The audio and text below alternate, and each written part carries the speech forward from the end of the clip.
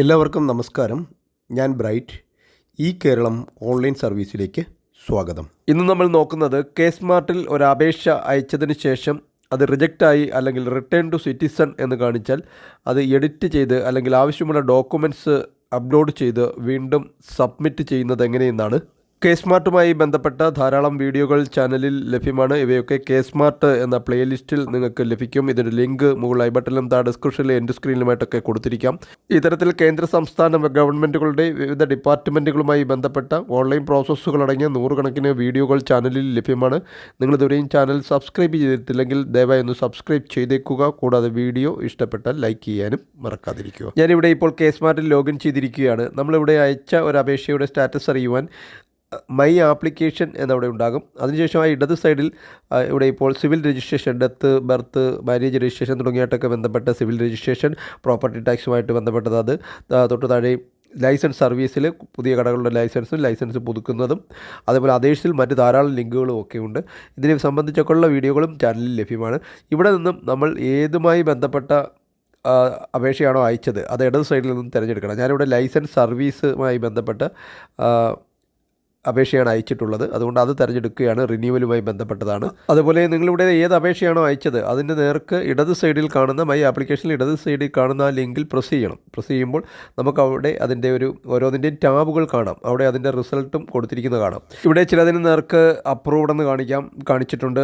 മറ്റ് ചിലതിന് നേർക്ക് ഇനിഷ്യേറ്റ് എന്ന് കാണിച്ചിട്ടുണ്ട്. ഇനിഷ്യേറ്റ് എന്ന് പറഞ്ഞാൽ ഇനിഷ്യേറ്റഡ് എന്നൊക്കെ പറഞ്ഞാൽ ഓഫീസിൽ അതിൻ്റെ പ്രവർത്തനങ്ങൾ നടക്കുന്നു, അതിൻ്റെ പ്രോസസ്സിംഗ് നടക്കുന്നു എന്നാണ് മനസ്സിലാക്കേണ്ടത്. അപ്രൂവ്ഡ് എന്ന് കാണിച്ചാൽ അതിൻ്റെ പ്രോസസ്സിംഗ് കഴിഞ്ഞു, അപ്രൂവ് ചെയ്ത് കഴിഞ്ഞു. അതിന് തൊട്ട് താഴെ കാണുന്ന ലിങ്കിൽ പ്രസ് ചെയ്ത് അതിൻ്റെ സർട്ടിഫിക്കറ്റ് നമുക്ക് ഡൗൺലോഡ് ചെയ്തെടുക്കുവാൻ സാധിക്കും. ഇവിടെ നമുക്ക് ഒരെണ്ണത്തിൻ്റെ നേർക്ക് റിട്ടേൺ ടു സിറ്റിസൺ എന്ന് കാണാം. അത് ലൈസൻസ് സർവീസിന് നേർക്കാണ്. ഞാനിവിടെ ലൈസൻസ് റിന്യൂവലിന് വേണ്ടി കൊടുത്തത് റിട്ടേൺ ചെയ്ത് വന്നിരിക്കുകയാണ്.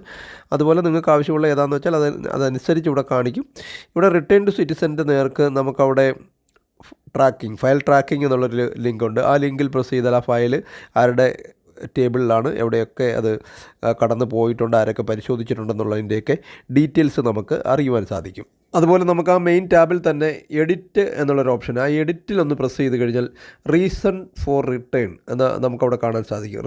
റീസൺ ഫോർ എന്ത് കാരണത്താലാണ് ഇത് റിട്ടേൺ വന്നിരിക്കുന്നത്. ഇവിടെ ഇപ്പം ഡോക്യുമെൻ്റ് അപ്ലോഡ് ചെയ്ത് കൊടുക്കാനാണ് പറഞ്ഞിരിക്കുന്നത്. അതുപോലെ ഡീറ്റെയിൽസ് എഡിറ്റ് ചെയ്യാനാണെങ്കിൽ അത് പറയും, അല്ല ഡോക്യുമെൻറ്റ്സ് അപ്ലോഡ് ചെയ്ത് കൊടുക്കാനാണെങ്കിൽ അതവിടെ എന്താണെന്ന് മെൻഷൻ ചെയ്തിട്ടുണ്ടായിരിക്കും. അതനുസരിച്ച് നമ്മൾ ചെയ്യണം. ഇവിടെ നമ്മളിപ്പോൾ ഓക്കെ കൊടുക്കുകയാണ് ചെയ്യേണ്ടത്.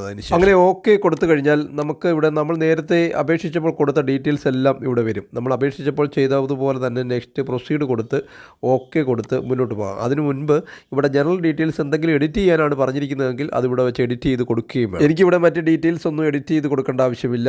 ഡോക്യുമെൻറ്റ്സ് അപ്ലോഡ് ചെയ്യേണ്ട കാര്യമുള്ളൂ. അതുകൊണ്ട് ഞാൻ പ്രൊസീഡ് കൊടുത്ത് മുന്നോട്ട് പോവുകയാണ്. സേവ്ഡ് സക്സസ്ഫുള്ളി എന്നൊക്കെ കാണിക്കുന്നുണ്ട്. അങ്ങനെ അവസാനം ഡോക്യുമെൻ്റ് അപ്ലോഡ് ചെയ്യേണ്ട പേജിൽ എത്തിച്ചേർന്നിരിക്കുകയാണ്. ഇവിടെ നമ്മൾ നേരത്തെ അപ്ലോഡ് ചെയ്ത ഡോക്യുമെൻറ്റ്സ് ഒക്കെ ഇവിടെ ഉണ്ട്. അവരെന്താണോ അപ്ലോഡ് ചെയ്യാൻ ആവശ്യപ്പെട്ടിരിക്കുന്നത് അത് വീണ്ടും ഇവിടെ അപ്ലോഡ് ചെയ്ത് കൊടുക്കണം. ഒന്നിൽ കൂടുതൽ പേജ് ഉണ്ടെങ്കിൽ അത് കംപ്രസ് ചെയ്ത് ഒറ്റ ഫയലായിട്ടൊക്കെ അപ്ലോഡ് ചെയ്ത് കൊടുക്കുകയും ചെയ്യാവുന്നതാണ്. ഇവിടെ ഫയൽ സൈസ് 2 MB വരെയൊക്കെ ആകാം. ഫോട്ടോ ഒഴിച്ചുള്ള ഫയലുകളൊക്കെ PDF ഫോർമാറ്റിലുള്ളതായിരിക്കണം. ഫോട്ടോയും ഒക്കെ JPG ഫോർമാറ്റിലുള്ളതും അപ്ലോഡ് ചെയ്ത് കൊടുക്കാം. അങ്ങനെ ആവശ്യമുള്ള ഡോക്യുമെൻ്റ് ഏതാണോ അതിവിടെ അപ്ലോഡ് ചെയ്ത് കൊടുക്കുകയാണ് പിന്നീട് ചെയ്യേണ്ടത്. ആവശ്യമില്ലാത്ത എന്തെങ്കിലും ഉണ്ടെങ്കിൽ ആ ഇൻറ്റു മാർക്കിൽ പ്രസ് ചെയ്ത് ഒഴിവാക്കുകയൊക്കെ ചെയ്യാവുന്നതാണ്. നമ്മൾ അപ്ലോഡ് ചെയ്തിരിക്കുന്ന ഇമേജുകൾ ഇവിടെ നമുക്ക് വ്യൂ ചെയ്യാനൊക്കെ ഉള്ള സൗകര്യമുണ്ട്. അതുപോലെ അപ്ലോഡ് ചെയ്ത് കൊടുക്കേണ്ടുന്നത് അവിടെ ആ അപ്ലോഡ് ലിങ്കിൽ പ്രസ് ചെയ്ത് നമുക്ക് അപ്ലോഡ് ചെയ്ത് കൊടുക്കുകയും ചെയ്യാവുന്നതാണ്. തുടർന്ന് സേവ്ഡ് സക്സസ്ഫുള്ളി എന്ന് കാണിക്കുകയും ഒക്കെ ചെയ്യും. അതിനുശേഷം നമ്മൾ ഒരു പ്രിവ്യൂ പ്രൊസീഡ് കൊടുത്തു കഴിഞ്ഞാൽ ഇവയെല്ലാം ശരിയായി കൊടുത്തതിന് ശേഷം പ്രൊസീഡ് കൊടുക്കണം. പ്രൊസീഡ് കൊടുത്താൽ നമുക്കൊരു പ്രിവ്യൂ സമ്മറി ലഭിക്കുന്നതാണ്. കഴിഞ്ഞ അപേക്ഷിച്ചപ്പോൾ ഉള്ളതുപോലുള്ളൊരു സമ്മറി ഇവിടെ ലഭിക്കും. ഇവിടെ എഡിറ്റ് ചെയ്യാനൊക്കെ ഉള്ള സൗകര്യമുണ്ട്. അതിനുശേഷം താഴെ വന്ന് പ്രൊസീഡ് കൊടുക്കുകയാണ് ചെയ്യേണ്ടത്. തുടർന്ന് വീണ്ടും താഴെ വന്ന് അവിടെ ഐ അഗ്രിയിൽ ടിക്ക് മാർക്ക് വരുത്തി സബ്മിറ്റ് കൊടുക്കുകയാണ് ചെയ്യേണ്ടുന്നത്. ഇവിടെ ഇനിയിപ്പോൾ നമുക്ക് പേയ്മെൻറ്റൊക്കെ നേരത്തെ നടത്തിയതാണ്. പുതുതായിട്ട് പേയ്മെൻ്റ് ഒന്നും നടത്തേണ്ട കാര്യമില്ല. നേരത്തെ സംശയം ചോദിച്ചിരുന്നതാണിത്. ഒരിക്കൽ പേയ്മെൻറ്റ് നടത്തിയാൽ പിന്നീട് എഡിറ്റ് ചെയ്യുമ്പോൾ അല്ലെങ്കിൽ റിട്ടേൺ ടു സിറ്റിസൺ റീസബ്മിറ്റ് ചെയ്യുമ്പോൾ വീണ്ടും പൈസ അടയ്ക്കേണ്ട കാര്യമില്ല. ഇവിടെ നിന്ന് നമുക്ക് സർട്ടിഫിക്കറ്റുകളും ഒക്കെ അക്നോളജ്മെൻറ്റും ഒക്കെ നമുക്ക് ഡൗൺലോഡ് ചെയ്ത് സൂക്ഷിച്ചു വയ്ക്കുവാനും ഒക്കെ സാധിക്കുന്നതുമാണ്. വീണ്ടും നമുക്ക് നേരത്തെ പോലെ തന്നെ ഹോം പേജിൽ വന്ന് മൈ ആപ്ലിക്കേഷൻ എടുത്ത് ഇതിൻ്റെ ഉൾപ്പെടെയുള്ള സ്റ്റാറ്റസ് വീണ്ടും പരിശോധിച്ച് നോക്കുകയും ഒക്കെ ചെയ്യാവുന്നതുമാണ്. ഇതോടെ ഈ ഒരു വീഡിയോ ഇവിടെ പൂർണ്ണമാവുകയാണ്. Thank you for watching video.